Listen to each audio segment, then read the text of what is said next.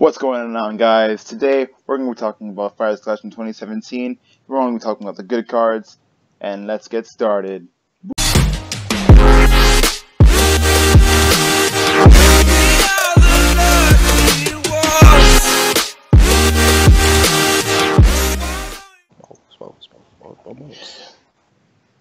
What's up, guys? Welcome to a live commentary. Today I'm joined with the Dark Lord ForeverzZ and a guest appearance by our friend Mateo. And we're here, actually, we're just going to be talking about Cardfight Vanguard, the ForeverzZ Collection 2017, and its impact onto the meta. And starting with the best cards, hype or actual goodness. What do you guys think the best card is? We'll start with best cards. Mateo, what do you think was the best card for now in this set? Die King. Die King is nuts. Yeah, Die King with all those crits and all For those that at power. home, what does Die King's effect actually do? GB8, when each unit attacks a Vanguard, each unit gets plus 10k among crit for each of your regards until the end of that battle. At the end of that battle, if this unit's power is 80,000 or more, all of your regards get plus 10k for each crit. Now, how do you think that card stacks up against the other strides? Would you say that's one of the best ones or one of the overly hyped ones? Well, it has the whole entire Dimension Police clan behind it. Yeah, I wouldn't say hype. I would say the best card in this set, basically. So for that card, what do you think that it's going to impact more? The Robo Legion deck, or what's the Stride Break deck name? Die Kaiser. Die Kaiser. No, that's not Stride Break. No, not Stride Break. Oh, that's Grand Gallop. Yeah, Grand Gallop. Do you think that card will have a bigger impact on Grand Gallop or the Legion Break deck? Probably the Legion deck. Yeah, the Legion deck, Die Kaiser will be impacted a lot. This Legion deck, you can just get the GB8. Well, you can just get the GB8 fast in the other deck too. But this is a kill card. Stride Wall deck, that great too. synergizes. Yeah, Stride Wall are great too.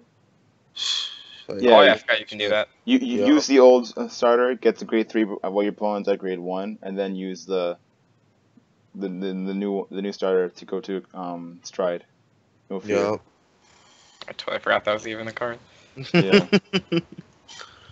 Okay, so what do you guys think the overly hyped Stride is? Interdimensional Dragon, Beyond Order Dragon for Gear Chronicle. You think this card? Why do you think this card is like overly hyped as opposed to actually raw good?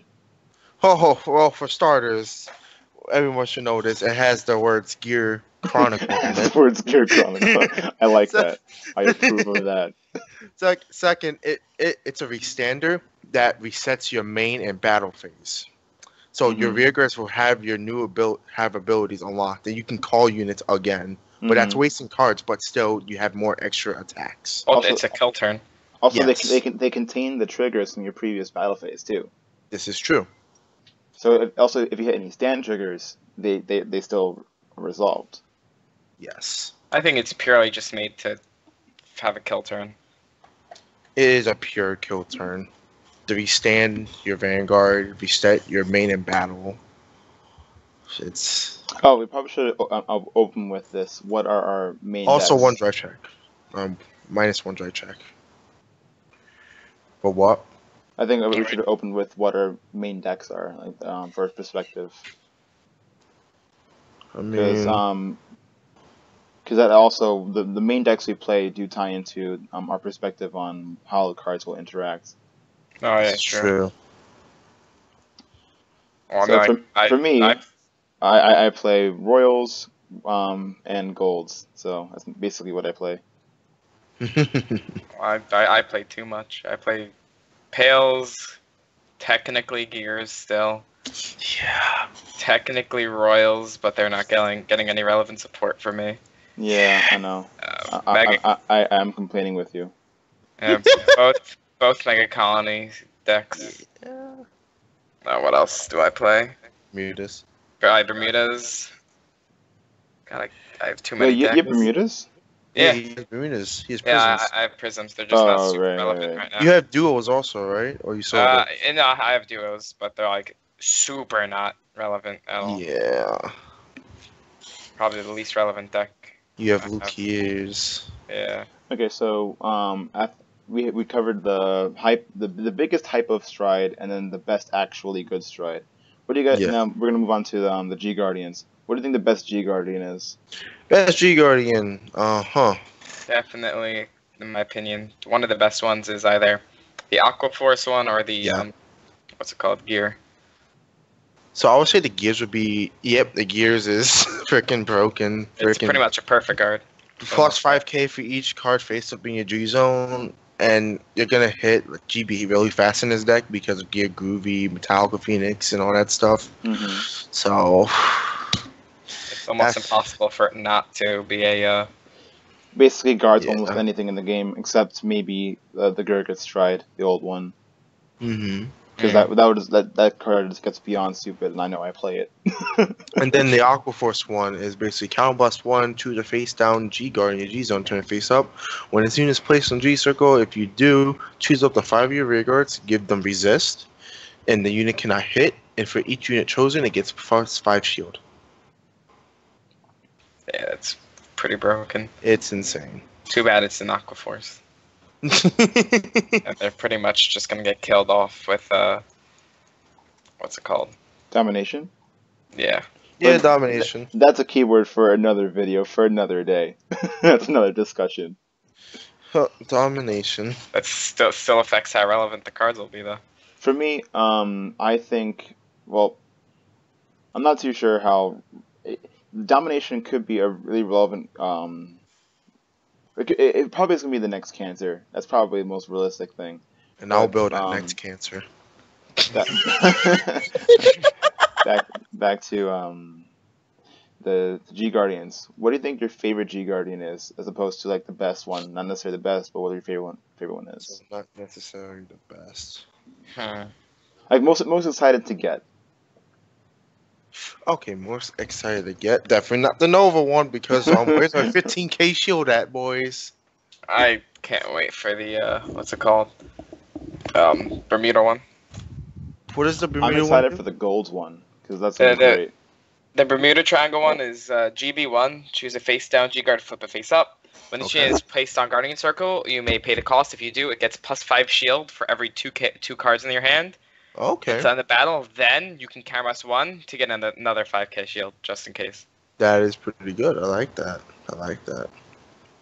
Okay. It's a really solid card. Yeah. My favorite one would be honestly the Pale Moon one, just because. So it can also set up for your Fairfield turns. So you put the heal and the soul and everything. Yeah, that is true. Never thought of it that way. Yeah. So the G guard is called Kinesis Megatrick Clawhard. So the skill is basically GB1. It has no skill like Counterblast 1 and Soul Blast 1. So when the unit is placed, if you have a number of different grades in your soul, it's 4 more. So 0, 1, 2, 3, and 4. This gains a plus 15k to end the battle. Yeah, it's really good. Really good G guard. So how about you? Wait, would the heal trigger go into soul? Oh yeah, I was gonna ask, what exactly would that help accomplish when you put the heal trigger into the soul? Like, what exactly do you think that's gonna do? That can help with your Fairfield turns because Fairfield says, Counterblast 2, choose a card from soul, choose a card from drop soul, put it back in deck, shuffle deck, and then call unit from soul and give plus 10k into crit, which would be Darkside Princess. And then you can Soul Blast 2 to give that unit gains the ability, Soul Blast 2 to gain 5,000 and it can't be targeted. And you can Soul Blast 2 as many times as you want. Yeah, boys and girls, it ain't once per turn. To gain as much power as you want. That sounds actually pretty nuts. Yeah. For me, I'm most excited for the Gold Paladin, at being able to just call another rear guard on my opponent's turn because they activate if they have on-call effects, and if I need to get another card to either because for Gurgit, it also helps trigger Unite, right? Yes, it does help trigger Unite for one, and also what it does is because the card says it moves, I think it can actually be moved from the graveyard to the rear guard circle. Wait, what? You can call a card. Wait, what? Because it says I have to read the card effect exactly. Let's read the card. It says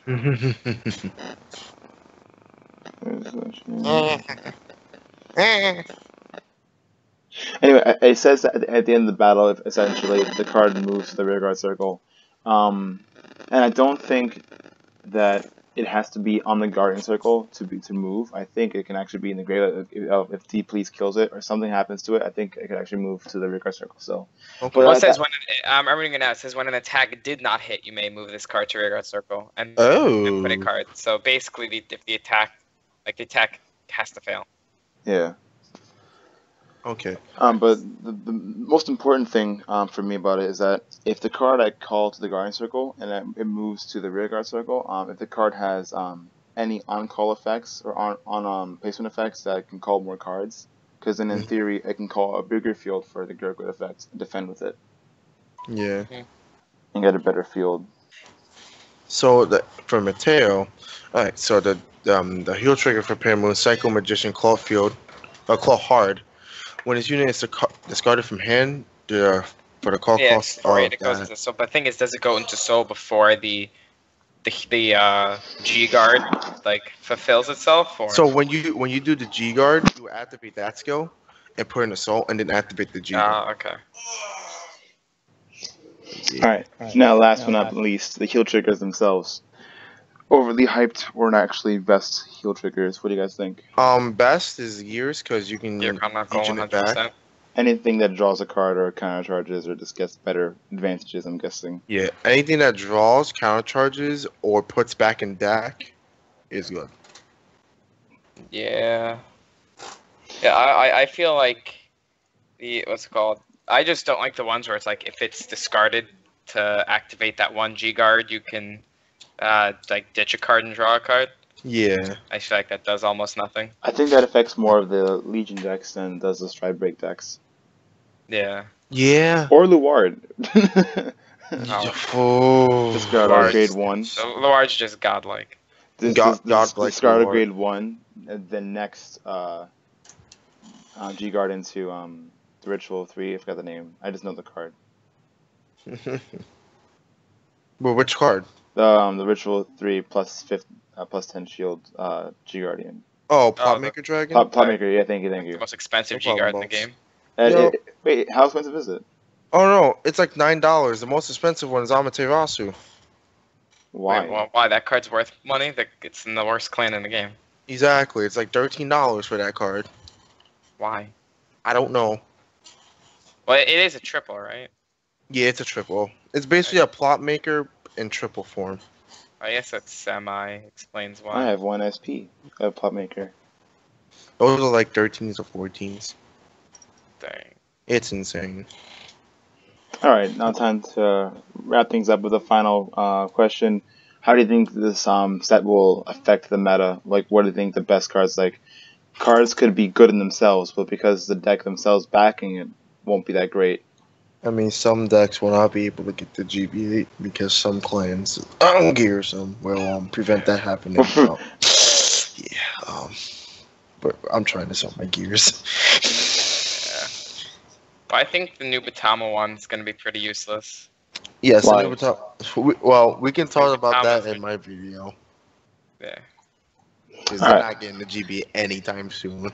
Yeah. See, my biggest concern is for Royals is that by the time I get to GB8, because I've done enough playtesting and math behind it, and you know me with math, I do it pretty well. Yeah. When it comes to the Royal Paladin GB8 card and then the Gold Paladin, by the time I get to the GB8 turn, my deck is going to be around 10 cards or less. At most 12 cards, given a good game. Like I actually, call from deck thin. If I don't do anything like that, then my deck is going to be around 25 cards. But that's because I didn't play my deck. This is true. That's not me playing the game. And by the time I go into the Royal Paladin GB8 card, it calls 4 cards, and I'm going to be close to decking out. So I can't play draws. I can't play anything that will actually help me, increase my hand size, which is kind of counterintuitive to the Brave mechanic. But that's just my 2 cents on the Royal Paladin Stride. But I have